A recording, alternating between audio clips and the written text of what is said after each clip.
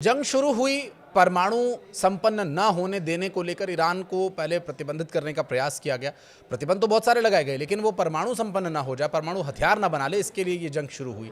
फिर बात यूरेनियम तक आ गई और चर्चा यहाँ तक भी हुई कि अमेरिका अपने हथियार गोला बारूद कैसे खपाएगा, उसकी ये जंग है। फिर बात चर्चा इस पर भी शुरू हुई कि ये तेल के लिए जंग है। लेकिन अब परमाणु हथियार, यूरेनियम, गोला बारूद, ईंधन से लेकर अब बात पानी तक आ गई है। पानी का क्या मसला है, बात करेंगे इस पर। नमस्कार, मैं हूं आशीष त्रिपाठी आपके साथ। मेरे साथ है मेरे सहयोगी पुनीत। और पुनीत, ये जंग शुरू हुई थी परमाणु, यूरेनियम, हथियार, गोला बारूद, ईंधन, और अब ये पानी का क्या एंगल बीच में आ गया? देखिए, पानी का एंगल पे आएंगे, लेकिन इससे पहले आप ये समझिए कि आप बहुत लंबे टाइम से ईरान को कवर कर रहे हैं, ईरान पर वीडियोस बनाकर दर्शकों को खबरें बता रहे हैं। आपने ये देखा शुरुआत से कि ईरान का रुख हमेशा बातचीत का रहा, और खबर ये भी आई कि ईरान जो है वो टाइम बाय करने का काम कर रहा है, यानी कि समय खरीद रहा है और अपनी तैयारी कर रहा है। लेकिन इस बीच समझिए तो ईरान ने ना युद्ध छेड़ा, ना ईरान ने हमले की धमकी दी। लेकिन सवाल यह है कि फिर ये युद्ध शुरू क्यों हुआ?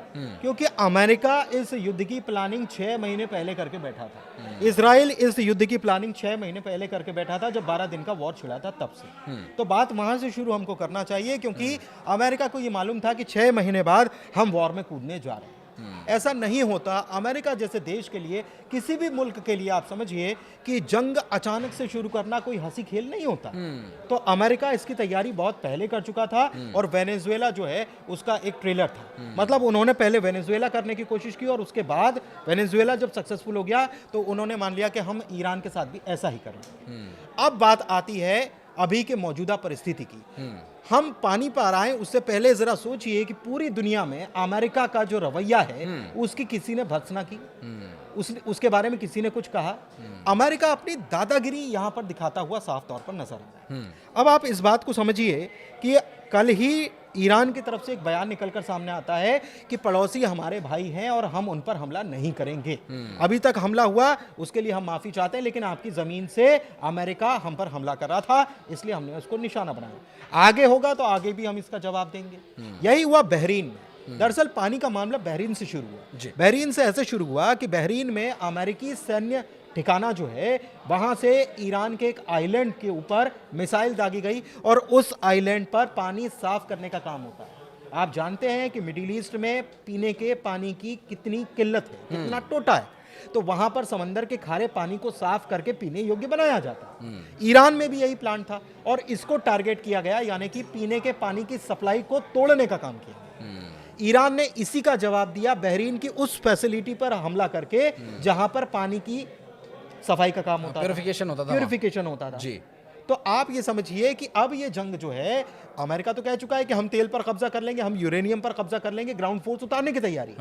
लेकिन अब ये मामला अगर बढ़ता है और पानी के हमले, अगर पानी की फैसिलिटीज के ऊपर ऐसे ही हमले बढ़ते हैं और ये पूरे मिडिल ईस्ट में अगर फैल जाते हैं, तो समझिए कि बहुत बड़ा पानी का संकट खड़ा हो जाने वाला है। नहीं, क्योंकि अब तक जो हमने वीडियोस बनाए या जो हम पढ़ पाए या जो हमने सोशल मीडिया पर अवेलेबल जो भी इसके कंटेंट्स हमने देखे, उसमें एक बात समझ में आई है कि जो आपने चर्चा भी की कि ईरान युद्ध नहीं चाहता था, ईरान पर युद्ध थोपा गया है। बिल्कुल। लेकिन ईरान की तरफ से किए गए जो हमले थे वो अमेरिकी बेसिस पर थे, वो उन सैन्य ठिकानों पर थे जहां से हमले किए जा रहे थे, उस पर रिटेलिएट उन्होंने किया। लेकिन ईरान में जो हमले हो रहे हैं वो रिहायशी इलाकों को देखकर हो रहे हैं, पानी की फैसिलिटीज़ को देखकर हो रहे हैं, स्कूल्स पर हो रहे हैं, हॉस्पिटल।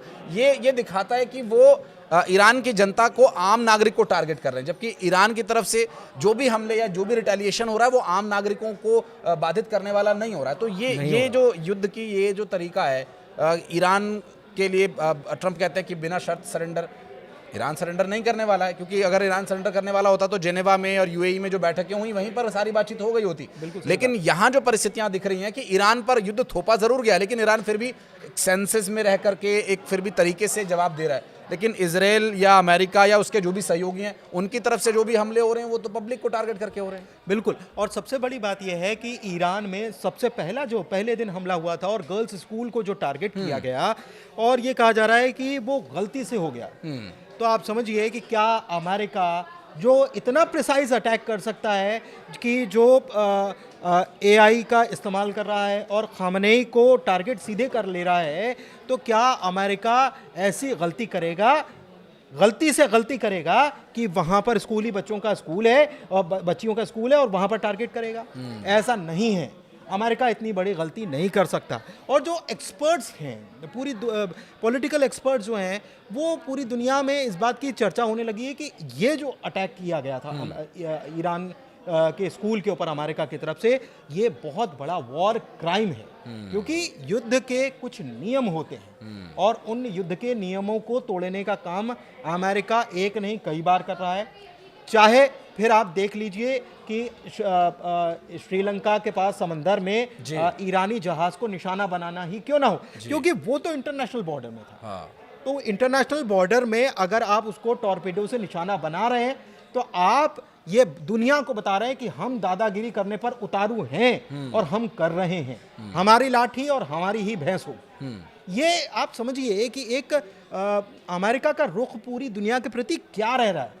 ये केवल ईरान के खिलाफ युद्ध नहीं है, ये पूरी दुनिया के खिलाफ। आप सोचिए, भारत को अमेरिका क्या कह रहा है कि अब आप रूस से तेल खरीद लो। अरे हमने आपसे परमिशन मांगी कब थी?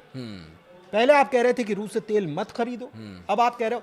तो ये बार बार अमेरिका ये पूरी दुनिया को ये जताने की कोशिश कर रहा है कि मुखिया मैं हूं और मैं जो कहूंगा वही करना हो।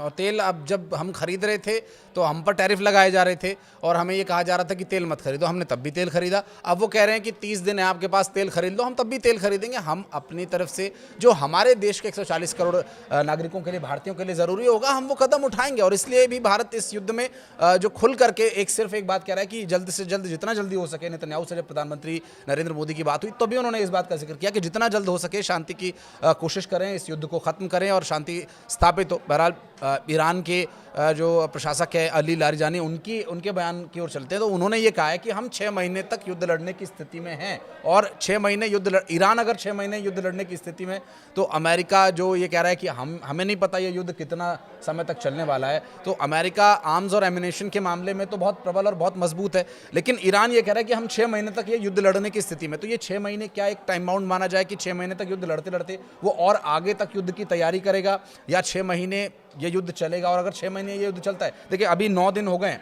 9 दिन में ये हाल है कि भारत में रसोई गैस की कीमतें बढ़ने लगी हैं। अभी तक क्रूड ऑयल्स पर उतना असर नहीं दिखाई दिया है, लेकिन कई तेल टैंकर्स पर हमले हो रहे हैं। अगर ये 6 महीने युद्ध चलता है तो परिस्थितियां विकट होंगी पूरे देश में। देखिए विकट होंगी। कल ही हमने एक खबर बताई थी कि रमज़ान का महीना चल रहा है और मिडिल ईस्ट में आप जानते हैं कि वहाँ पर ईद करीब आने वाली है, और ईद पर सबसे ज़्यादा अगर लजीज चीज़ होती है तो वो होती है बिरयानी। और हिंदुस्तान से जो बिरयानी का राइस सप्लाई होता है उसकी सप्लाई बाधित हो गई है। ठीक है, उसके जो बंदरगाह पर उसका सारा माल फंसा हुआ है, मिलों में प्रोडक्शन कम हो गया है। ये सीधे डायरेक्ट इम्पैक्ट अभी आपको बता रहा हूँ, जब 8वें-9वें दिन हम बात कर रहे हैं। इसके अलावा आप समझिए कि मिडिल ईस्ट में जो परिस्थितियां लगातार बदलती जा रही हैं वो बड़ी मुश्किल खड़ी कर रही हैं। 891.4 मिलियन डॉलर अमेरिका को हर रोज खर्चा करना पड़ रहा है इस वॉर के लिए।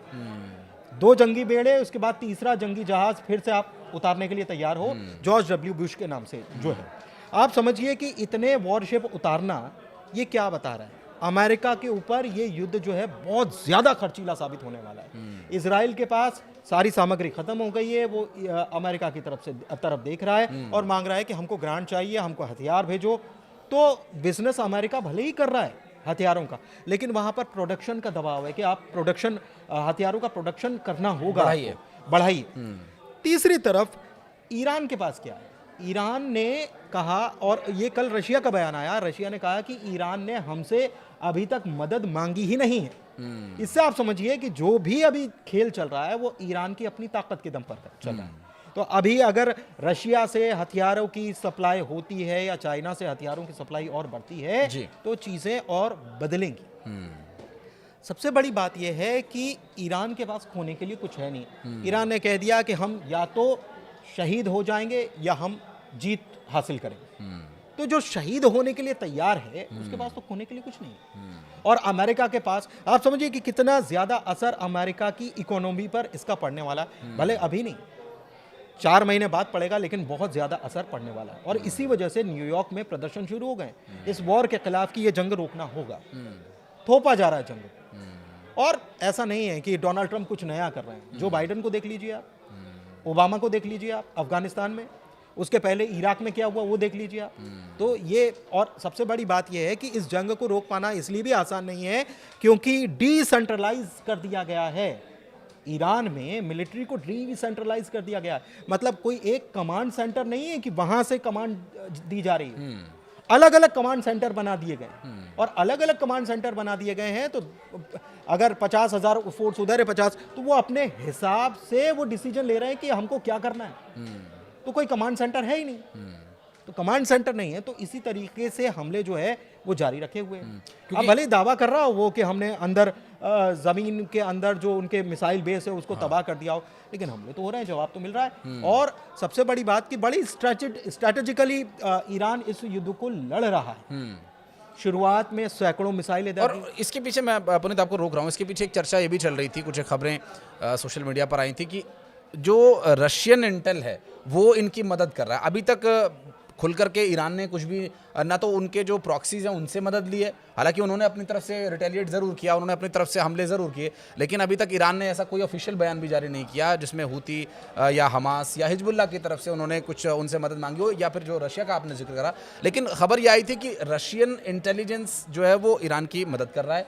इस बारे में कि अमेरिका ग्राउंड फोर्सेस कब तक उतारने वाला है, उसके लिए वो इंटरनली पूरी तरह से खुद को प्रिपेयर रखे हुए हैं। और इसके चलते हुए जो अब्बास अराक्ची का बयान सामने आया था कि ये गलती अमेरिका ना करे कि ग्राउंड पर कहीं उसने अगर अमेरिकी सैनिक उतार दिए तो भारी पड़ सकता है। देखिए, ये आप जो कह रहे हैं इसकी तैयारी भी शुरू हो गई है। आज खबर सबसे ज़्यादा ट्रेंड यही कर रही है कि अमेरिका और इजराइल मिलकर ग्राउंड फोर्स ऑपरेशन करने की तैयारी में है और जितना भी यूरेनियम एनरिचमेंट है उसको अपने कब्जे में लेने की कोशिश करने की तैयारी में, इसको लेकर ऑपरेशन लॉन्च हो सकता है।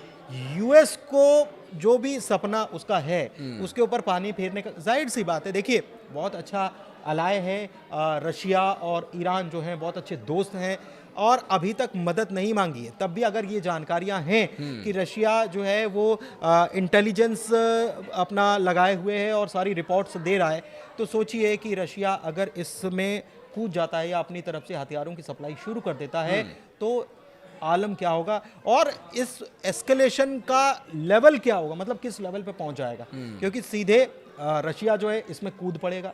आप देख रहे हैं यूक्रेन और रूस के बीच में, तो यूक्रेन को सप्लाई करने वाला कौन है? अमेरिका है, नेटो देश हैं, तमाम लोग हैं। और अगर यही परिस्थिति यहाँ पर बन जाती है और रूस और दूसरे चाइना और तमाम मुल्क जो हैं वो हम किम जोंग उन को, उत्तर कोरिया को क्यों भूल रहे हैं? तो अभी वहाँ से कुछ शुरू नहीं हुआ है। और आपने ये भी बताया कि चाहे हमास हो, हूती हो या हिजबुल्लाह तो ठीक है, लेबनान में तो फिर भी चल रहा है कि वहाँ पर भी अटैक इजराइल लगातार कर रहा है। लेकिन अगर हूती और हमास जो है वो फिर से अगर अपनी ताकत दिखाना शुरू कर देते हैं तब फिर मुश्किल हो जाएगी, क्योंकि अभी मुश्किल शुरू नहीं हुई। क्योंकि ये बात इसलिए भी इम्पॉर्टेंट हो जाती है कि अभी हम देख रहे हैं कि एक तरफ इजराइल, जब ये युद्ध शुरू हुआ था तो अमेरिका का ऑफिशियल बयान आया था, हमारे दर्शकों को याद होगा, वो वीडियो भी हमने बनाया था, जिसमें अमेरिका की तरफ से ये कहा गया था, विटकॉफ साहब का बयान आया था कि वो ये कह रहे हैं कि ये युद्ध हमें लड़ना पड़ा, क्योंकि अगर हम इजराइल के साथ युद्ध में नहीं जाते तो ईरान जवाबी कार्रवाई फिर भी अमेरिकी बेसिस पर ही करता, तो इसलिए हमें ये युद्ध लड़ना पड़ा। तो अगर वो युद्ध लड़ना पड़ा, जो गलती का आपने जिक्र किया था कि अमेरिका इतनी बड़ी गलती नहीं कर सकता, क्योंकि वो तैयारी पहले से थी, दुनिया को दिखाना है, कुछ जवाब देना है, तो इसलिए भी शायद वो इस तरह के बयान दे रहे हैं। रशिया फुल फ्लैश इसलिए ईरान के साथ अभी तक नहीं आए, ना तो ईरान ने अभी कोई ऑफिशियली मदद मांगी है। और अगर रशिया खुल करके ईरान के साथ आया, चाइना ईरान के साथ आया, अमेरिका इजराइल के साथ आया, तो यहाँ पर इजराइल एक छोटा देश और ईरान अपेक्षाकृत छोटा देश, ये दोनों छोटे देशों के चक्कर में जो यूएस या चाइना या रशिया जब आमने सामने होंगे तो फिर वो वर्ल्ड वॉर की सिचुएशन जिसका बार बार जिक्र होता है, वर्ल्ड वॉर की सिचुएशन, और वो भी तब जब जिस राष्ट्र के प्रमुख जो है, प्रेसिडेंट डोनाल्ड ट्रंप की मैं बात कर रहा हूं, वो ये दावा करते हों कि मैंने 8 देशों का युद्ध रुकवाने का काम किया है। उन्होंने क्या किया? आप समझिए कि ईरान ने उनको अपने जाल में ऐसा फंसाया कि सऊदी में मिसाइलें गिर रही हैं, यूएई में मिसाइलें गिर रही हैं, बहरीन में मिसाइलें गिर रही हैं, कतर में सब जगह मिसाइलें गिर रही हैं। तो ये अब यहाँ पर वॉर नहीं है तो क्या है? अब आप ये बताइए। और ये इनको वॉर में झोंकने का काम किसने किया? अमेरिका ने किया। तो आप एक तरफ युद्ध रुकवाने की कोशिश कर रहे हो, तीसरी तरफ युद्ध में एस्केलेशन बड़ा होता जा रहा है। सऊदी अरब ने ये कह दिया कि हमारे ऊपर अब मिसाइल दागी तो हम इसका जवाब देंगे। और सऊदी अरब का ये बयान तब आया जब पाकिस्तान से भी बयान निकलकर सामने आता है कि सऊदी हमारा साथी है, उन्होंने डिफेंस पैक्ट किया अभी कुछ महीनों पहले, और सऊदी हमारा साथी है, अगर ऐसा होता है तो हम ईरान को नहीं छोड़ेंगे। तो ये चीज़ें जो है ना उलझती जा रही हैं। और ये अगर कहाँ तो एक मुस्लिम नाटो की बात चल रही थी, हाँ, उसका अगुवा बन रहा था पाकिस्तान, मुस्लिम और ये ब्रदरहुड, कहाँ हाँ। सिचुएशन यहाँ माह रमज़ान में इस तरह की बन गई है कि एक वर्ल्ड वॉर की सिचुएशन में पूरी दुनिया जा रही लेकिन है। आप समझ रहे हैं कि इसमें एक यूएस का गेम क्या है। यूएस जो है मुस्लिम कंट्रीज ही आपस में अब लड़ रही हैं एक प्रकार से। और ये यूएस ने ये भी, इसके पीछे भी एक यूएस स्ट्रैटेजी काम कर सकती है, मतलब अगर मैं सही हूं तो।